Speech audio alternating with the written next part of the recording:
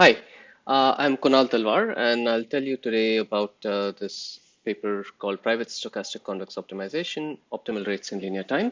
This is joint work with Vitali Feldman and Tomer Koren. This work was done while all of us were at Google Brain in Mountain View. Okay, so let me start by telling you about this problem of stochastic convex optimization, which I think is one of the most basic problems in machine learning.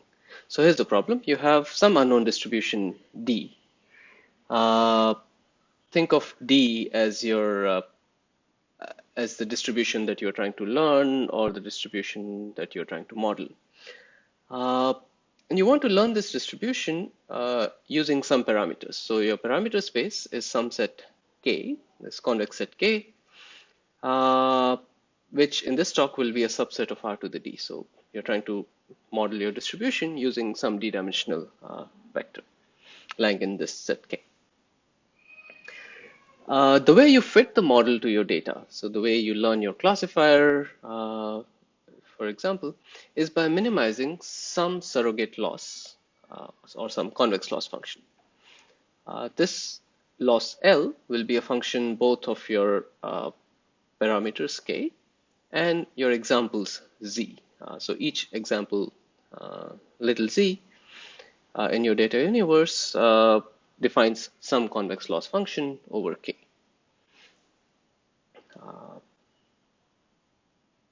So for example, if you're trying to learn a linear classifier, your Z would be the space of labeled examples, X comma Y, and your loss L could be a logistic loss. Or if you're trying to, say, learn the mean of the distribution, this would be a least squares kind of loss.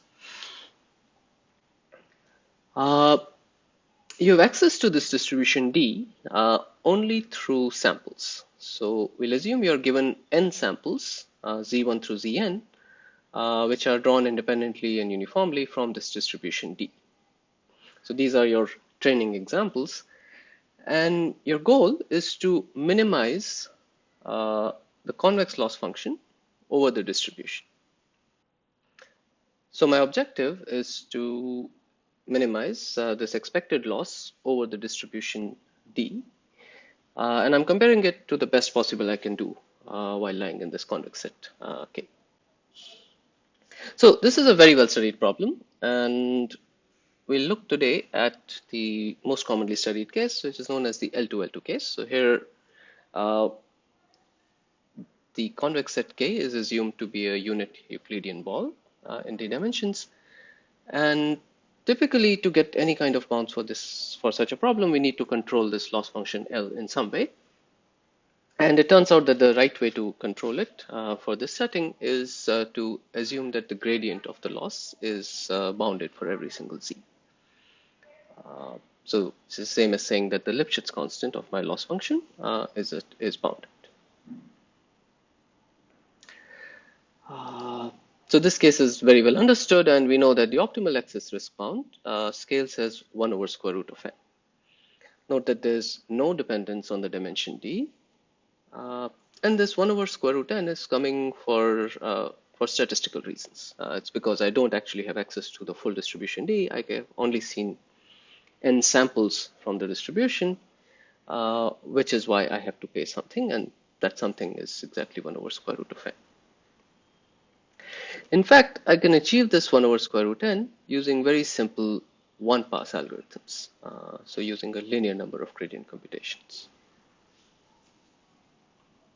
So that's the basic stochastic convex optimization. Today we are interested in a differentially private version of this problem that we call private stochastic convex optimization. This is essentially the same problem, except that my algorithm is now restricted to be differentially private with respect to the n samples. In this talk, I'll use epsilon delta differential privacy, though everything I say extends to other notions of privacy, such as Rényi differential privacy. Okay, so let me talk briefly about a related problem that's known as private empirical risk minimization.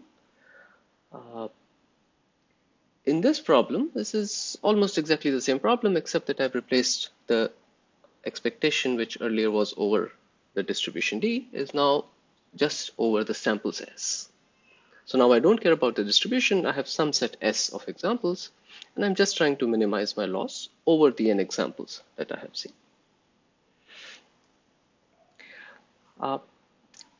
This problem can be thought of as a non-statistical proxy for the original task I was trying to solve.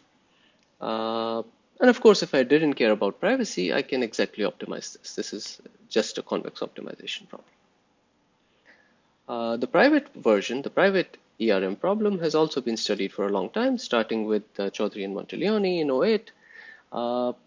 And this is fairly well understood from the work of Vasily, Smith, and Thakurta. We know that the optimal excess privacy risk is square root D over epsilon n.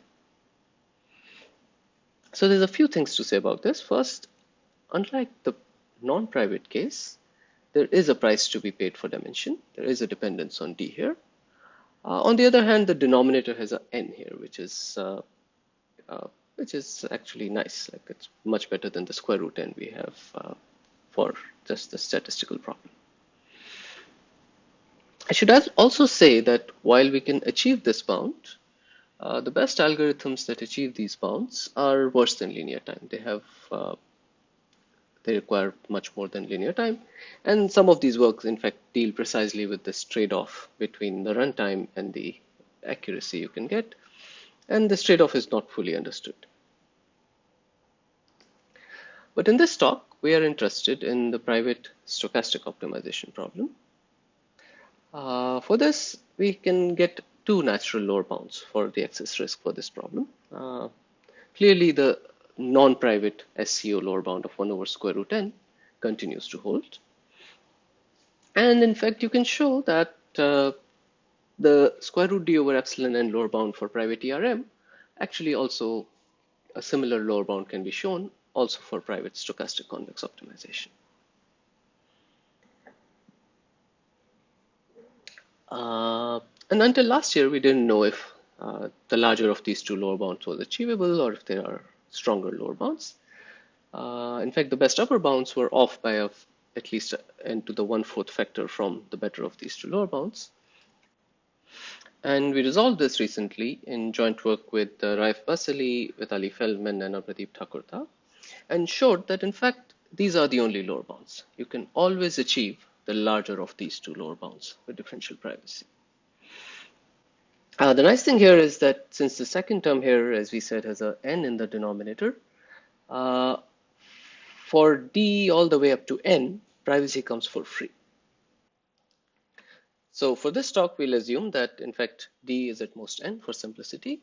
Everything I say will extend to the general case and you get this kind of a bound. I'll also assume that epsilon is a constant, and I'll also ignore logarithmic factors in D, n, and 1 over delta, so as to keep the expressions simple. Okay, so the main contribution of this work is to show that not only is this bound achievable, it's actually achievable in linear time, i.e. using a linear number of gradient computations. So unlike the ERM problem, where there may be some trade-off between runtime and accuracy, here privacy comes truly for free. There's no overhead in terms of utility, and we can get the optimal loss with the optimal runtime. In fact, as has often been the case in this literature, once we have a better understanding of this problem, there are multiple algorithms that achieve such a result. And we present two different algorithms for this problem, which have their respective advantages that I will not have time to get into today. I'll spend most of my time talking about the first algorithm that we call Snowball SGT, and I'll say a little bit about the second one. Okay, so let's start with an algorithm that achieves the optimal loss in the non-private setting. The one I'll be using is the very well-known stochastic gradient descent algorithm that I imagine most of you have heard of. So it's a very simple algorithm. You start with some value of theta, let's say 0, and then At each step, you compute the gradient on one example, take a small step in the direction opposite to the gradient, i.e., which is kind of the steepest descent direction, and you do this for t iterations, and then just return the final iterate. I'm using t here to denote the number of steps of this algorithm, and while in the simplest case t is equal to n, this will not be true in general when we look at variants of this algorithm. So we'll think of t and n as separate, and in fact they will be different in some cases. Okay, so this algorithm is definitely not private. The standard way to make such an algorithm private is to add some noise. So recall that the gradients were norm 1. So at each step I can add noise that's proportional to something like 1 over epsilon to make this gradient computation differentially private.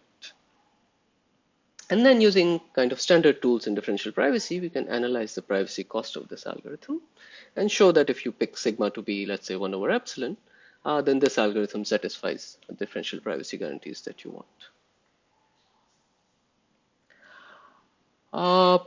This is also a simple algorithm still, and you can plug it into sort of the standard online convex optimization framework, an online to batch conversion. And if you do that, you get the following kinds of results. So if you pick eta to be the commonly used value of 1 over square root of t, then the excess loss is at most sigma times square root d over square root of t. And recall that sigma has to be like 1 if I want epsilon to be 1. So there is a large overhead. This is, so where's this overhead coming from? Well, I'm adding noise sigma in each direction to a d-dimensional vector. So the norm of the noise is something like sigma times square root of d. This is the variance of my gradient estimate in each step, and this is what shows up in my OCO bound. So essentially what we've said is that if you want to run this algorithm, you set sigma to be 1, which we need to get privacy, you end up with something like square root d over square root d excess loss. This square root d overhead is what we are trying to get rid of. And if you're willing to spend a lot more time, we do actually know how to get rid of this. But we wanted to do this in linear time, right? So let's look at a different way to try to improve this. This is what's called the noisy batched stochastic gradient algorithm. It's essentially the same algorithm, except that instead of computing the gradient on one example, I'll pick b sub t examples in step t and compute the average gradient over those. Why is this useful? The reason is that now the influence of any one example, the sensitivity of my gradient estimate, has gone down by a factor of p. So that allows me to reduce the noise added by a factor of p as well. So you can then go ahead and analyze this kind of an algorithm. If you set the batch size to be roughly square root d, you can get sigma to be smaller by the same factor. And then this excess risk bound of sigma square root d over square root t becomes essentially 1 over square root of t. So what's wrong with that? So I guess if you do this naively, let's say I want to do just one pass, each step of my algorithm is now consuming square root d examples. So my t can only be as large as n over square root of t. Alternately, if you do a multiple pass algorithm, I guess the analysis becomes a bit more complicated, but we can still do the analysis. But then you end up with a runtime that is larger than square root, larger than linear, which is what you are looking for. So this batching idea doesn't seem to quite work, right? Okay, so let's go back to our algorithm one more time, and let's see what's going on here. So first here, note that I'm looking at the gradient. I'm computing a gradient over the batch, and there's no way to improve on this. Like, I mean, I have to add this much noise to provide privacy to this gradient. But if you look at the whole algorithm, note that I'm only care about I only care about publishing the final iterate theta of t, not the whole path, which is what I'm paying for currently in terms of privacy. So, for example, if I look at an example in the first batch, we get some noise added to give it privacy in the first step itself. But then in the second step, I add some more noise to my theta effectively. And then the third step, I add some more noise, and so on and so forth. So the examples that appear early on potentially see a lot of noise added to them, to their gradient. And maybe they could benefit from that additional noise added in future iterations. And this is the rough intuition of what we were able to show in joint work with Vitaly Feldman, Ilya Mironov, and Abhiradeep Thakurta. And we showed this general result that we call privacy amplification by iteration, which, when applied to this setting, essentially says that if you look at an example in batch T, it will get privacy protection not just from the noise added in that step, but in all subsequent iterations. And this is this is a somewhat non-trivial statement because what I'm doing in subsequent iterations is much more than just adding noise. I have some very nonlinear steps in between. I'm doing some projection. I'm computing a gradient at a different point, and so on. Yet, under very mild smoothness assumptions, this is true. So if you apply this argument, privacy amplification by iteration, you get some non-uniform privacy guarantees. Somebody in the first batch gets a lot of privacy, but for an example in the last batch, there is no improvement. And I guess there's not really much scope for improvement because for someone who shows up in the last batch, I'm only adding noise once. So the main insight of our Snowball SGT algorithm is the following. So, okay, I guess as we just kind of argued, somebody in the last batch cannot really, we cannot really do any better. So we can just reduce their sensitivity by taking a large batch. So we'll take a batch of size square root d.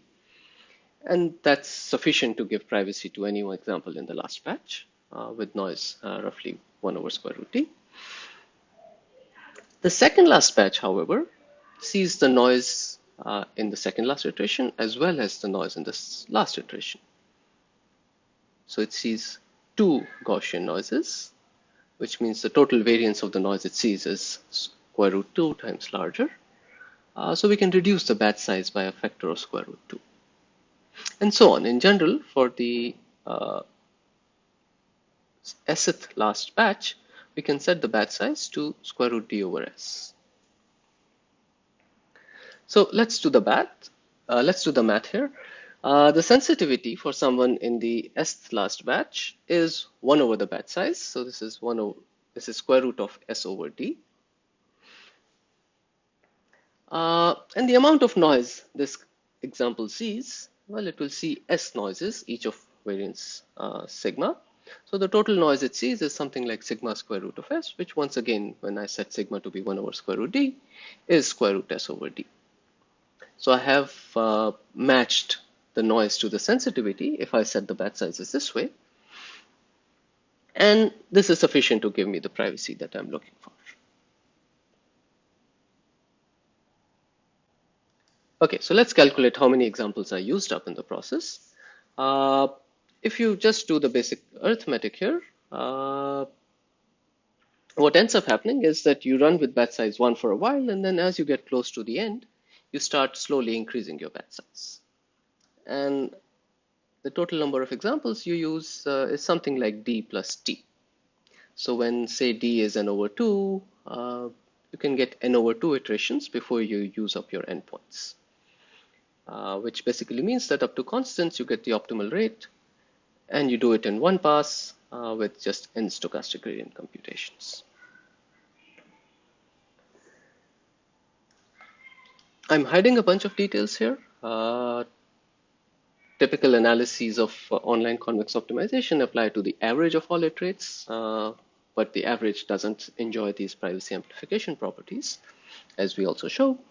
So we need to use results that have recently been shown for the last iterate of SGT, and we're able to make that work and get this bound. So this basically gives you some rough description of how we get linear time algorithms which get the optimal rate. Let me say a little bit about the second algorithm that we call iterative localization.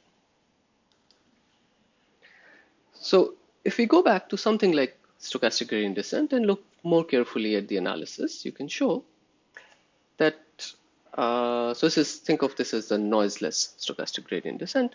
The whole algorithm has excess loss as well as sensitivity, which are bounded by the 1 over square root t that we talked about, but there is a dependence that's linear in the distance between the initial point that we started with, which I guess earlier was 0, but can be an arbitrary theta 0, and the optimal theta star. So if you gave me a point that was closer, I could do better. I have a less. So one way to convert this algorithm to a private algorithm would be to just run noiseless SGT for t steps and then add noise proportional to the sensitivity. If I choose the parameters carefully, I can ensure that even after adding the noise, the optimum is still close by. So once I run this algorithm for t steps, I get an output, and now I have somewhat localized the optimum. I've ended up at a point which is closer to theta star than 0 was, perhaps at a distance half instead of 1. So now I can use this better lower bound on theta star minus my new initial point and start another run of SGT, starting with the final answer of the previous algorithm, or the noisy answer of the previous algorithm. And then again, I'll reduce the, because my loss and sensitivity depend on this distance, every time I reduce the distance, I am able to improve. And over log d phases, you can show that I can get rid of this square root d overhead and essentially get the right runtime. There isn't actually anything special about SGD here. The only property of SGD I used was that it has this sensitivity bound and it runs quickly. And I can use any black box stable ERM algorithm, and there are more of those. And this being more black box and more general allows us to handle other special cases. So for example, in the strongly convex case, if my loss function is strongly convex, the optimal rate is known to be better by a quadratic factor. It's the square of the rate for the convex case. And we can show that you can achieve the same kind of bound now in linear time. All of our results so far require a little bit of smoothness, something like square root n smoothness. And if you don't have even that much smoothness, the previous best fastest algorithm that achieves the optimal rate ran in roughly n to the 5 iterations. And we can improve that to something like n squared. I guess that's roughly all I'm going to say today. So to summarize, we gave 2 new algorithms for private stochastic convex optimization that both get the optimal rate in linear time. There's a bunch of open questions here. In the non-smooth case, we still have some overhead, and kind of getting rid of that would be nice. Though in fact, the best known algorithms, even under stability, seem to be requiring quadratic time. So there's that may be a harder problem. And I think it will also be interesting to look at this question in other geometries like the L1, L infinity that's often used. I'll stop here. Thank you.